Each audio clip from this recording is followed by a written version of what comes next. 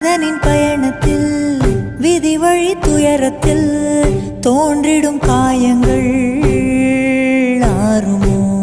அன்பையும் பண்பையும் அறிந்திடும் ஒரு மனம் வெறுப்பிலும் சினத்திலும் வாழுமோ? வெளிச்சத்தை தரும் என்ற ஏற்றிய தீபம் ஊர் முழுவதையும் எரித்து விட்டு தீயாயானதேனோ?